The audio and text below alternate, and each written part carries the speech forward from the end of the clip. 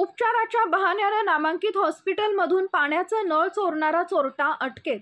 मिरजेतील नामांकित रुग्णालयातील बाथरूममधील ब्रँडेड नळ रुग्ण म्हणून उपचाराच्या बहाण्याने चोरट्याने लंपास केले होते।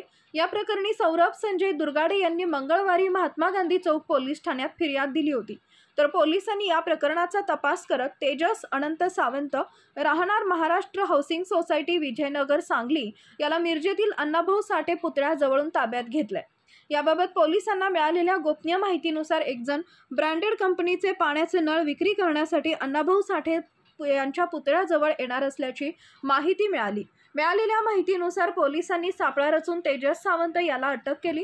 त्याच्याकडून 12,150 रुपये किमतीचे ब्रँडेड कंपनीचे नळ पोलिसांनी ताब्यात घेतले व त्याला अटक केली।